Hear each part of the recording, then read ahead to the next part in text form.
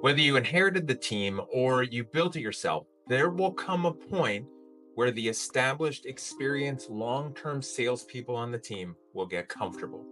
They will feel like they've arrived, they know how to do what they do, they have a routine with the amount of effort and outreach it takes to close enough deals to accomplish their goals.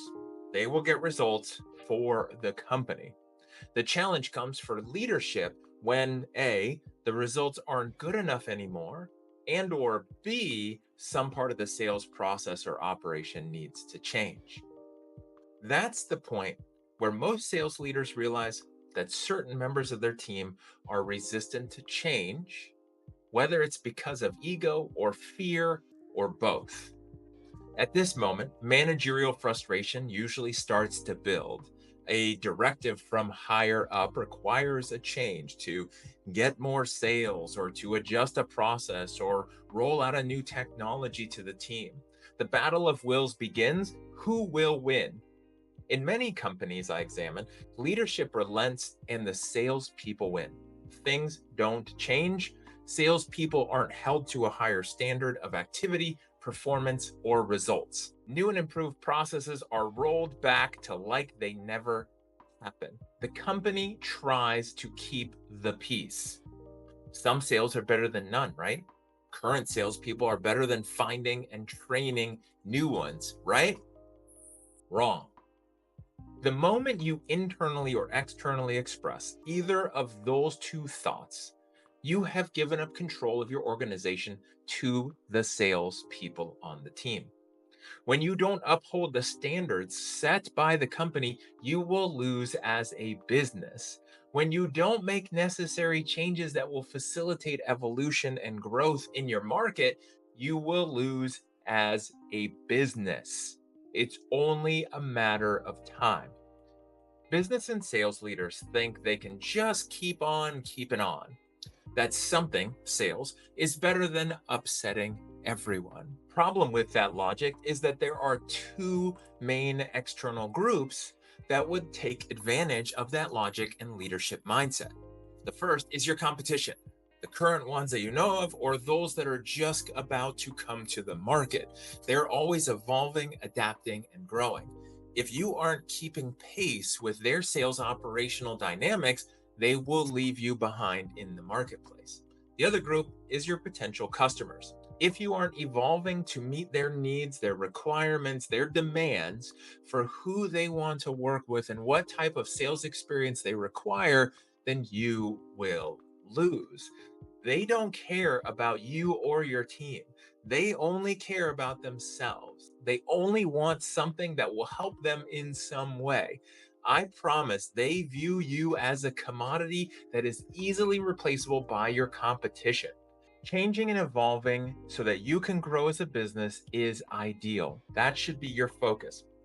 Sometimes you must change and evolve just to maintain the level of business you currently have, especially if there's a bunch of competition or your marketplace, like the industry, the economy, and your customers are struggling. So, what can you do about it? How do you get your change resistant team to change, especially the established reps who think they have earned the right to not have to change or adjust anything? Well, there are four steps in the process. First, you must have a destination, a vision, a mission. Yes, I know. People say that in life it's about the journey and not the destination, but in business, it's about a destination, a goal, an endpoint. Without it, you're asking everyone to jump into the car with you to go on a road trip with no plan, direction, or destination.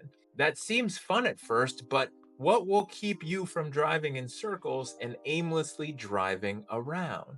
Second, with a vision and mission, you must establish core values. People who work here believe in blank. We act like blank when things happen. We treat each other and our customers like blank. This would also include the things you don't do or believe as a group. This is your company's culture. It is the identity of everyone involved. Third, set new expectations of what each person is responsible for doing, their activities, their actions, and the results that should come from it. The rules of the game for compliance to changes, to technology, things like the CRM that no one ever wants to use fully, attendance, and so on. Fourth, you determine who believes in the company culture and who wants to be a part of it and who doesn't. Those who don't want to focus on the destination and agree to operate by the core values and expectations should be given a chance to adjust and commit to those things or be asked to get off the bus in a Jim Collins good to great mode. Now you can get to work with your team, helping them achieve more results. Get them to a different level of results for them, the company, and your clients. Now you can step into leadership and not just management mode. Oh, and fifth, bonus tip, which is a very vital step because it's something you should never stop doing, is recruiting. Never stop hiring.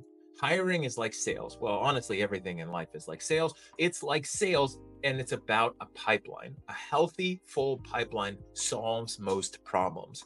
Build your recruiting process so that you always have the ability to bring on good new salespeople so that you always have options.